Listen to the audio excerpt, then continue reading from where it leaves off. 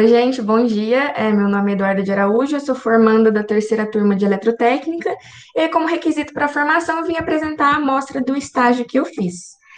Como o pessoal já comentou aí mais cedo, meu professor orientador foi o Humberto, porém, por motivos pessoais, ele não pôde estar aqui hoje, então a gente colocou que foi o Rafael, que também está por dentro do projeto, e o Humberto foi o supervisor desse projeto. E aí, para contextualizar, eu não fiz bem um estágio, eu participei de um projeto de pesquisa com interface em extensão. E aí, esse projeto está contando como estágio. Aí eu vou explicar para vocês mais ou menos o que que a gente fez, como que tudo funcionou, e aí eu espero que vocês gostem. O período de realização do estágio eu ainda não parei, eu ainda não saí. Como é um projeto que está durando um pouco mais do que a gente esperava, até o presente momento a gente ainda está participando dele. Então a carga horária teórica são 150 horas, mas acabou que passou muito disso, né? Eu ainda estou participando dele. Eu vou descrever para vocês mais ou menos como que tudo aconteceu. Eu fui voluntária de iniciação científica júnior pelo IF, então acabou que a minha empresa é o IF, o próprio Instituto Federal. O projeto que eu participei foi de desenvolvimento de tecnologias para descontaminação de ambientes e também descontaminação de equipamentos de proteção individual, né, os EPIs, as máscaras, para auxiliar no combate ao Covid-19 aqui no sul de Minas. As principais que nós atuamos, né, que é o alvo do nosso projeto é Poços de Caldas e Passos, pelo que eu entendi. O edital é o CONIF 1 de 2020, então o primeiro edital que saiu de enfrentamento ao Covid. Para o trabalho que nós desempenhamos, a gente dividiu mais ou menos em duas partes. É claro que a maior parte dele foi de forma remota, porque a pandemia não perdoa ninguém. Então, a parte que foi de forma remota, todo mundo, cada um fez da sua casa. Nós nos encontrávamos via Google Meet, então nós tínhamos algumas reuniões marcadas e nos encontrávamos. E a parte legal de pôr a mão na massa foi feita no campus do IF, o próprio campus aqui no Jardim Esperança. Quando foi feito no IF, como vocês puderam ver, o Rafael aí estava lá no laboratório do Latim. Então, é um lugar muito grande, coube todo mundo. Nosso grupo era relativamente pequeno, o grupo interno do IF. Ele tinha mais ou menos 6 pessoas. E aí, por conta da pandemia, claro, não pôde todo mundo se reunir. A gente dividiu esse grupo em dois, mais ou menos, dependendo da atividade que a gente ia desempenhar. Então, geralmente, às quintas-feiras ia um grupo, às sextas-feiras ia o outro grupo. E aí as reuniões via Google Meet se perpetuavam, a gente fazia geralmente de terça e quinta à noite. As tarefas eu senti que elas foram feitas para potencializar as habilidades individuais de cada um. Então a gente dividiu em dupla, mas acabou que a gente trabalhou com o que a gente gostava. Então, por exemplo, o outro voluntário de iniciação que fez comigo, que foi o Guilherme, que também era de iniciação científica júnior, ele tinha mais facilidade em circuito, então ele atuou mais na parte de circuito.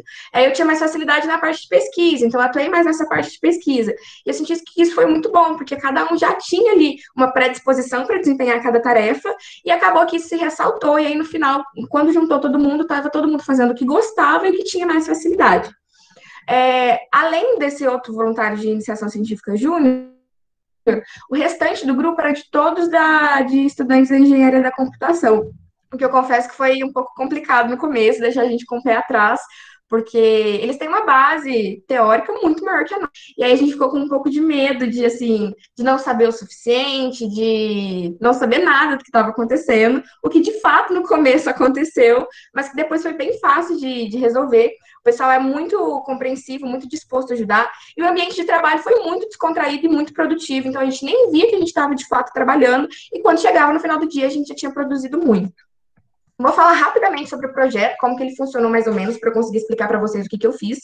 Ele basicamente foi dividido em dois eixos. Então, ele foi dividido na descontaminação de EPIs e na descontaminação de ambientes hospitalares. Para a descontaminação de EPIs, nós bolamos, né, o autoclave de descontaminação de máscaras, a ZN95.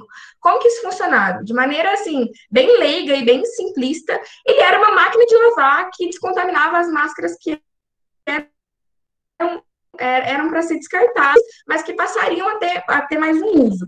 Então, como funcionava? Era uma máquina de lavar com ciclos de ozônio, então, conforme a gente colocava a máscara, a ideia era que, conforme fosse passando os ciclos, a gente ia ver quantos ciclos eram necessários, essa máscara seria descontaminada, então o vírus seria inativado e a pessoa poderia usar isso de novo. No começo da pandemia, estava muito escasso, né, os recursos, as matérias-primas.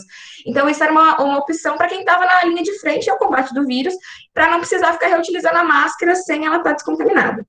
E a outra parte, que foi a parte que eu mais tive envolvimento, foi na descontaminação de ambientes hospitalares.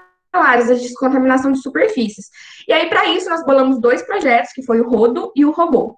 A parte do rodo, ele era utilizado pelo usuário, então o usuário empurrava esse rodo, que é essa primeira figura que está mostrando aqui na tela para vocês, com luz UVC, né, para ser descontaminado. E aí, conforme ia passando no chão, ia ele inativando o vírus também, e aí fazia a descontaminação. E o robô? O robô foi a parte, assim, de longe mais legal do projeto, que tinha dois tipos de robô. O primeiro era um robô que descontaminava o ambiente, mas ele não tinha nenhum tipo de inteligência, assim, para fazer isso. Então, ele fazia descontaminação, mas de forma aleatória, de modo que no final ele tivesse descontaminado o ambiente inteiro. E o segundo tipo de robô era o robô com inteligência artificial, que foi, assim, o xodó do grupo. Então, ele fazia um mapeamento do local, e aí, com base nesse mapeamento, ele já distribuía as rotas que ele precisava fazer para fazer o descontaminamento de uma forma mais inteligente. Então, basicamente, o projeto foi isso. Como eu disse para vocês, foram mais ou menos 6 pessoas atuantes. Agora tem um pouco mais, porque chegou de fato dessa parte de inteligência artificial, então o grupo cresceu um pouquinho, mas de maneira muito geral, foi isso que nós fizemos. Os objetivos do estágio, né? Quando eu cheguei no projeto, o objetivo de todo mundo, assim, de forma geral, era otimizar e inovar as tecnologias de combate ao Covid. Então, todo mundo chegou com essa mentalidade. E aí, claro, eu tinha os meus objetivos pessoais, né? Eu queria ver a minha formação teórica de forma aplicada. Por conta da pandemia, a gente não teve muito contato com a prática. Então, eu queria realmente saber se tudo que eu tinha aprendido no curso de forma teórica suficiente para aplicar no ambiente de trabalho, no ambiente de pesquisa, extensão, que era o que eu mais tinha vontade de fazer. Eu queria ver se isso era realmente suficiente. E aí eu tinha alguns objetivos específicos também, claro. Eu queria contribuir com o pessoal de alguma forma na parte de eletrotécnica, claro que é o meu curso, e eu queria participar dos dois eixos do projeto. Então, eu cheguei querendo participar tanto da parte de descontaminação de ambientes, quanto da parte de descontaminação de EPIs. Como a parte de descontaminação de ambientes é uma parte mais fácil, então foi por aí que a gente começou, tanto que a gente ainda está nessa parte. E aí depois a ideia é que vá para o autoclave, que vá para o rodo de inteligência artificial também. Eu queria também me habituar com o ambiente de pesquisa, porque, assim, com o mercado de trabalho, eu já sou habituada, já trabalho atualmente, mas o ambiente de pesquisa eu não tinha ideia de como funcionava. Então, eu queria saber, desde o começo, como que era gerar um edital, como que era pedir recurso para a verba, como que funcionava tudo desde o começo até entregar para a comunidade. E eu também, é claro, queria aprofundar os meus conhecimentos tanto na área de eletrotécnica, mas também na área de inteligência artificial, nessa parte de programação, que é uma parte que eu gosto muito, e o curso não oferece, infelizmente, porque não é muito da parte, né? E aí eu senti nisso uma oportunidade de expandir os meus horizontes também, tanto na parte de eletricidade, de eletrotécnica, de instalação elétricas, mas nessa parte de programação, que é uma parte que eu gosto bastante também. E aí, como eu disse para vocês, eu queria colocar à prova os meus conhecimentos teóricos, ver se realmente o que eu tinha aprendido era o suficiente. E como que aconteceu todas as atividades? Nós somos divididos, basicamente, assim, até que involuntariamente, mas acabou que aconteceu essa divisão, em 4 fases do projeto. A primeira fase, a fase mais importante, assim, foi a parte de discussão. Então, na hora que nós pegamos o projeto para fazer, eu estava ali desde o comecinho, né? Então, peguei o projetinho cru, e aí a gente sentou para discutir como seria feito. Então, a gente começou a pesquisar embasamento teórico, ver outras pessoas que já tinham feito esse tipo de projeto, outras universidades, esqueci de comentar com vocês também que esse é um projeto do Instituto de Física da UFSCar. Então, assim, a gente já tinha uma base do que eles já tinham feito, a gente começou a entrar em contato com eles, pesquisar na internet como que seria feito, e foi a parte que, de longe, eu mais gostei de desempenhar, foi a minha parte preferida, tanto que teve uma parte, na hora que a gente começou a falar sobre a descontaminação, que surgiu uma dúvida, como que a gente inativa o vírus do Covid, né? Como que isso acontece? E aí foi a parte que mais exigiu, assim, busca por conhecimento da minha parte, e foi a parte que eu vi que o vírus tinha um capsídeo proteico, que esse capsídeo proteico ele podia ser rompido com base com a luz UV, né? Então, a luz UV em todas os seus comprimentos de onda, seja ele A, B ou C. Mas aí tinha um comprimento de onda que era específico e que ele fazia o rompimento desse capsídeo proteico. E aí, depois de muito estudar, a gente viu que era a luz UVC, que o comprimento de onda de 254 nanômetros era o comprimento de onda perfeito para inativar esse vírus. Então, foi assim, para uma estudante do 3º ano do ensino médio, que nunca tinha tido contato com nada disso, na hora que eu comecei a ver isso, eu falei, tô no caminho certo, assim, foi assim, gente, eu fiquei muito feliz de verdade. E aí, depois que nós fizemos tudo isso, nós começamos a pensar qual seria a lâmpada que nós iríamos utilizar no caso do rodo, né? Que foi a parte que eu participei mais ativamente. Quais seriam as lâmpadas que a gente utilizaria? Quantos watts ela teria? Será que o custo-benefício dela, da gente comprar uma lâmpada mais potente, era melhor do que comprar duas que desempenhassem a mesma tarefa, só que com menos potência? Então, a gente começou toda essa parte de pesquisa. A fase 2 foi quando a gente já tinha mais ou menos em mente 2 ou 3 caminhos para cada parte desse projeto. Então, por exemplo, nós já tínhamos 2 ou 3 circuitos desenvolvidos, nós já tínhamos 2 ou 3 lâmpadas que a gente pensava em colocar, e aí foi a parte de montagem, a fase de teste, que foi de longe a que eu tive mais dificuldade, para ser muito sincera com vocês. E aí a gente começou a fazer os testes, montar os circuitos para ver se eles funcionariam, para ver quais seriam os mais fáceis de ser utilizado e os com maior e melhor custo-benefício, né? Para ver qual seria o mais legal, assim, de fazer. Feita essa parte, quando nós descobrimos um circuito que na nossa cabeça daria, assim, mais ou menos certo, quando nós descobrimos as potências da lâmpada, de mais ou menos 32 watts a lâmpada, pensamos em colocar uma, e essa parte ainda está em discussão para ver se nós colocaríamos mais ou não, nós partimos para a fase da execução orçamentária. Então, já estava na hora de nós começarmos a comprar os materiais. E aí, essa parte deu um problema, porque quando nós pegamos a verba, né, do governo, o dólar estava mais ou menos estável. E aí, com a pandemia generalizada, o dólar foi para as alturas. Então, a gente teve que fazer uma readequação orçamentária. Foi uma parte que exigiu muito, principalmente do Rafael e do Humberto, que eles tiveram que fazer tudo de novo, e fizeram a compra dos materiais. E aí também, devido à pandemia, claro, nós já esperávamos que isso fosse acontecer, atrasou muito para chegar os materiais, muito, muito mesmo. E aí eles chegaram na semana passada, foi quando chegou de fato os materiais, que a gente conseguiu relar neles e falar assim, nossa, realmente está tomando forma, então assim, está no auge do projeto, e eu já tive que apresentar minha amostra de estágio, sem ter muita coisa pronta. O plano é que o rodo fique pronto em 2 semanas, então na próxima semana, ou daqui 2 semanas, ele já vai estar montadinho, já vai estar sendo distribuído para a sociedade, mas por enquanto eu não tenho nada de muito palpável para apresentar para vocês, porque o projeto ainda está em andamento. De aplicação prática dos conceitos que eu aprendi. Basicamente, eu tive que usar de tudo um pouco. Então, eu usei instalações elétricas, alimentação das lâmpadas UVC, eu usei instalações elétricas para saber quais eram as lâmpadas mais apropriadas e para saber por que a potência influencia no nível de descontaminação. Eu usei eletrônica analógica para fazer sobre os circuitos do rodo. Então, assim, foram circuitos simples, mas que eu precisei ter um conhecimento pré-existente, e eu coloquei em prova esses conhecimentos também. E para o esquemático do rodo, a gente usou desenho técnico, fizemos no AutoCAD mesmo, um esquemáticozinho, e ele ainda não está pronto, por isso eu não trouxe também, porque depende muito da parte de montagem. Nós vamos ver o que mais se adequa. O que isso contribuiu para a minha vida pessoal e acadêmica? Eu aprendi realmente a trabalhar em grupo e a trabalhar à distância. Eu sempre fui uma pessoa muito controladora, então trabalhar em grupo para mim é um negócio muito difícil, porque eu sempre quero controlar tudo. E aí, quando eu entrei num grupo que eram pessoas muito boas no que faziam, e que, assim, cada um sabia exatamente o que tinha que fazer, que eu acredito que o mercado de trabalho pede isso de você também, né? Eu aprendi realmente a deixar fazer a minha parte, deixar que os outros façam a deles, e no final dava tudo certo. Essa parte de divisão de tarefas, eu realmente comprovei, e é mais que comprovei, adquiri ainda mais conhecimento do que eu tinha no curso. Então, foi a parte assim, que de longe eu mais aprendi no curso, foi essa parte de colocar em prática. Acho que sem ter feito nada disso, eu não seria uma boa profissional, porque eu não saberia como aplicar tudo isso. Aprendi a ser uma pessoa mais proativa, que eu acho que também o mercado de trabalho pede isso, e o projeto também pediu isso.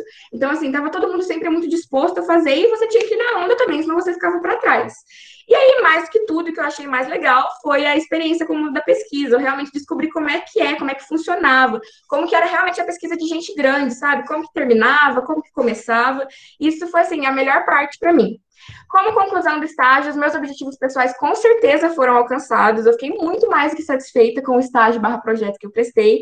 Estou muito satisfeita com os trabalhos que a gente tem desempenhado até agora, muito feliz mesmo. E alguns pontos negativos que, claro, não foi por conta das pessoas, mas por conta da situação que a gente está vivendo. A gente não conseguiu reunir o grupo todo, então eu queria muito ter tido esse contato com todo mundo, para realmente sugar de todo mundo que eles tinham de melhor ali, mas a gente não conseguiu fazer isso. A maior parte foi à distância, eu fiquei bem chateada com isso. E foi a demora na chegada dos materiais, né? Já era para eu estar com o rodo aqui para mostrar para vocês, mas infelizmente nós não conseguimos fazer isso a tempo. Como o projeto ainda está rolando, então isso ainda é possível, de forma geral não atrasou muito no cronograma do projeto, mas para o meu cronograma de apresentação de estágio, infelizmente, prejudicou um pouquinho. Tá certo. Primeiramente, eu queria dar bom dia a todos, né? Agradecer pela oportunidade de estar podendo apresentar meu estágio. Eu que me formei em 2018, né? E devido aos contratempos, eu acabei não apresentando. E agora deu certo de apresentar dessa vez. E eu queria só estar agradecendo aí. Então, meu nome é Luan Afonso, né? Meu orientador é o professor Marcos. E meu supervisor é o Rodrigo Gabriel. Meu estágio foi feito na empresa Toner Companhia. A empresa Toner Companhia, eu já trabalho nela há algum tempo, certo? Eu trabalhava como auxiliar de assistência técnica. Então, eu optei por fazer lá para aprimorar meus conhecimentos. A Toner Companhia é uma empresa especializada em soluções de impressão e outsourcing. Outsourcing é a locação de impressoras, né?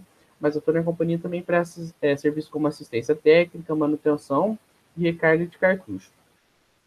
O público da Toner são empresas que demandam de um material impresso, que quer controlar e reduzir os custos, além da padronização e ter uma qualidade maior na área de impressão, certo?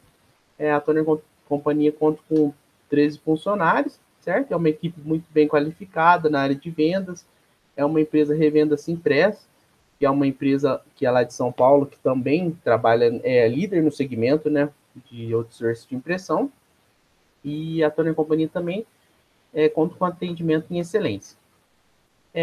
A Toner, ela presta serviço na cidade de Poços de Caldas e na região toda. Ela conta com mais de 500 clientes. E ela conta com um laboratório amplo e com todas as ferramentas necessárias para as manutenções. Normalmente, as manutenções são feitas no cliente mesmo, certo? E as manutenções com maior grau de dificuldade, que precisa da supervisão do Rodrigo, né, que é o nosso supervisor técnico, a gente precisa levar as impressoras para o laboratório. Lá o laboratório é bem qualificado, né, que conta com as ferramentas necessárias, como estação de limpeza, aspiradores de pó, ar comprimido, né, para a gente fazer a limpeza das impressoras. E lá no laboratório a gente faz serviço de montagem, desmontagem das máquinas, conserto de placa, atualização de firmware nas impressoras, entre outros serviços também, recarga de cartucho, enfim, certo? O meu objetivo no estágio foi colocar em prática tudo que eu aprendi durante o curso, né? Como as teorias, né? Como o funcionamento dos equipamentos e analisar o dia a dia nas empresas, né? Como a gente visita várias empresas, eu pude estar em vários ambientes, vendo como é que é o dia a dia nas empresas e amadurecer profissionalmente. Nesse slide, eu queria explicar um pouco do funcionamento da impressora laser. Isso aqui é a parte básica, tá? É o que detém todas as impressoras multifuncional ou copiadora a laser, o básico dela é isso. Então, como que ocorre? Quando a gente faz um arquivo no computador, a gente manda a informação para a impressora através de um driver de impressão, certo? Então, esse driver de impressão manda a informação para a placa da impressora, a placa manda para o laser, que é onde que vai gerar um feixe de ondas. Esse feixe de ondas e luz vai emitir para um motorzinho que chama espelho poligonal, onde ele fica girando e joga as informações de imagem, texto, no cilindro ou no fotorreceptor. Esse fotorreceptor recebe essas luzes, certo? E as luzes são emitidas apenas aonde a forma do texto e da imagem. Esse fotorreceptor, ele recebe uma carga negativa. E o toner também, ele tem um outro cilindro, é o cilindro dosador de toner. Ele recebe a carga negativa também e vai fixar no cilindro apenas nos pontos onde ele recebeu a informação do laser, ok? Então, o papel recebe uma carga positiva. Quando ele entra em contato com o cilindro, o toner gruda no papel. Aí, a partir desse processo, ele passa para o módulo de fusão, que é onde que vai fixar as letras ou a imagem, enfim, a informação gerada no papel. Esse módulo de fusão, ele trabalha com calor e pressão, e onde que fixa a imagem na folha. Uma das atividades que a gente fez lá foi a instalação de uma impressora multifuncional Samsung.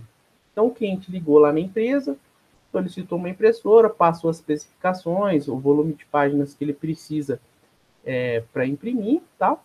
Então, a gente decidiu passar para ele essa impressora e ele aceitou. Então, a gente foi até o local do cliente, verificamos todas as condições, que tem que ter uma mesa adequada para a máquina não ficar bamba, bem espaçada para poder ventilar, né? Porque a máquina, como ela trabalha com calor, ela precisa refrigerar algumas peças. E tomada padrão novo e a fiação para 10 amperes e uma tensão de 127 volts. A parte da tomada é bem importante, porque quando a impressora liga, ela puxa uma corrente muito alta.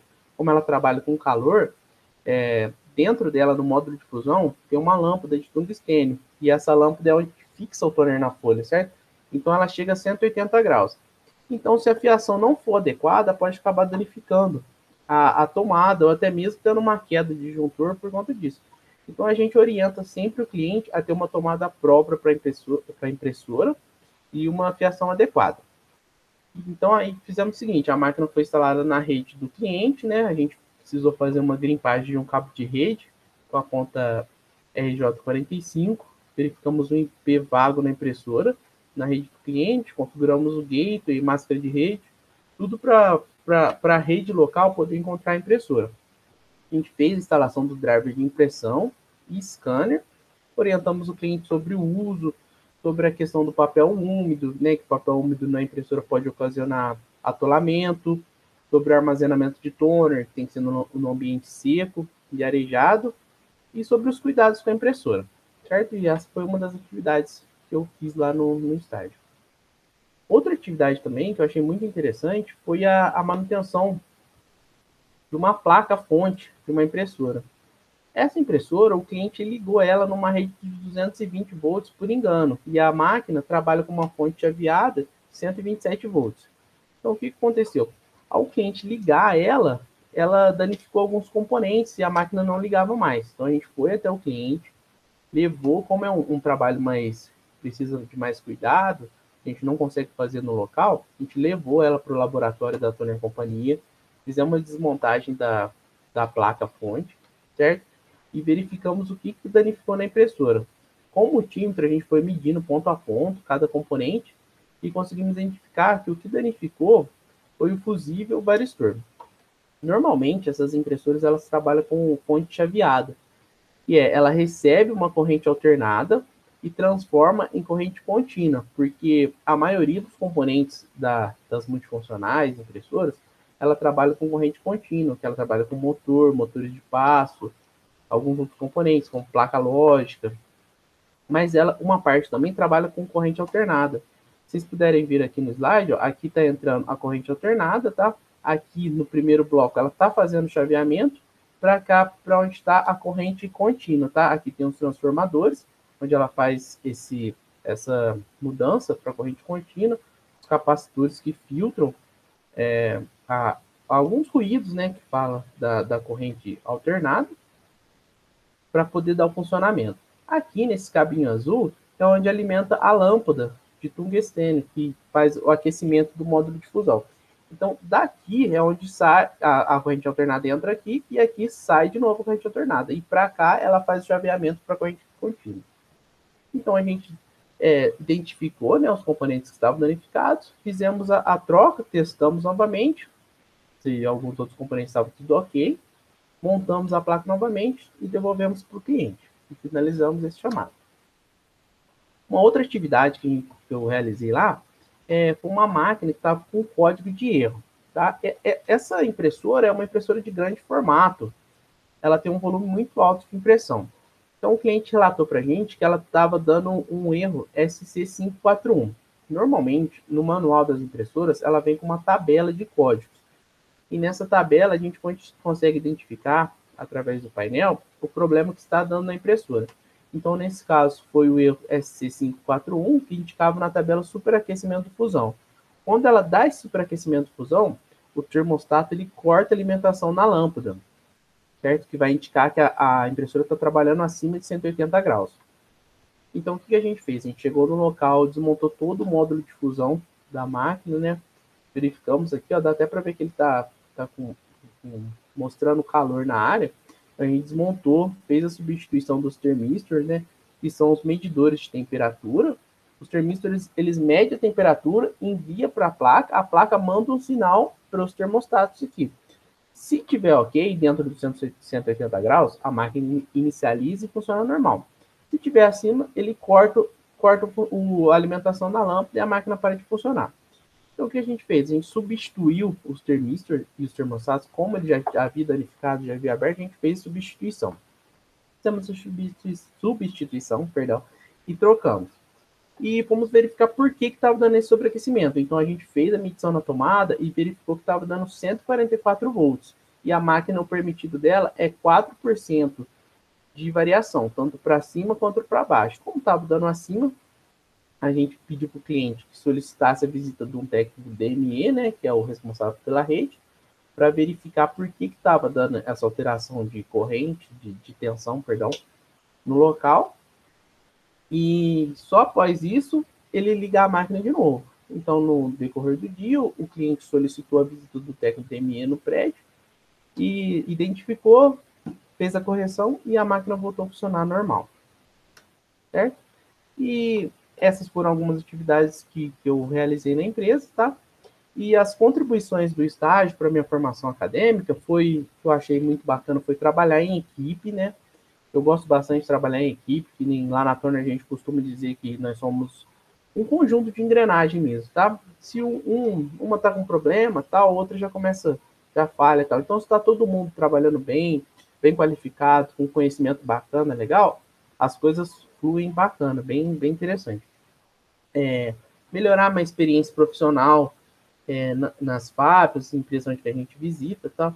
Porque antes eu não tinha tanta bagagem, assim, tanto conhecimento para fazer manutenção, tinha coisas que eu não sabia como funcionava, mas sempre o pessoal me ajudava, me esclarecia, que nem o Rodrigo foi meu supervisor, ele é muito bem qualificado, né? Ele é técnico em TI e fez alguns períodos em robótica, então ele tem bastante conhecimento nessa área. Então, com o curso, eu pude colocar em prática tudo que eu aprendi durante o curso e ver realmente por que estava funcionando, como é que funcionavam os motores, como é que era feita a troca de energia dentro da máquina, né? Como que nem expliquei na placa lá, de fonte chaveada para corrente tensão alternada para corrente contínua. Eu achei muito bacana. E a parte de informática também, que a gente usa bastante na impressora, a parte de eletrônica. Isso foi muito bacana, né? E a satisfação profissional de tá conhecendo mais as coisas, melhorando, com isso podendo me tornar um técnico em impressoras. E eu concluí que é essencial o estágio para o aluno, né? Que nem às vezes antes eu pensava, mas como é que eu vou fazer o estágio? Estamos fazendo serviço, tal, eu não posso procurar outra área. Então, conversando com o meu supervisor, ele falou assim, meu supervisor, com o Marcos também, faz aqui mesmo, né? A gente pode, né, encaixar a teoria na prática que você tem aqui. Então, para mim, é essencial o estágio e eu concluí que foi muito importante para melhorar no meu dia a dia, na minha formação profissional.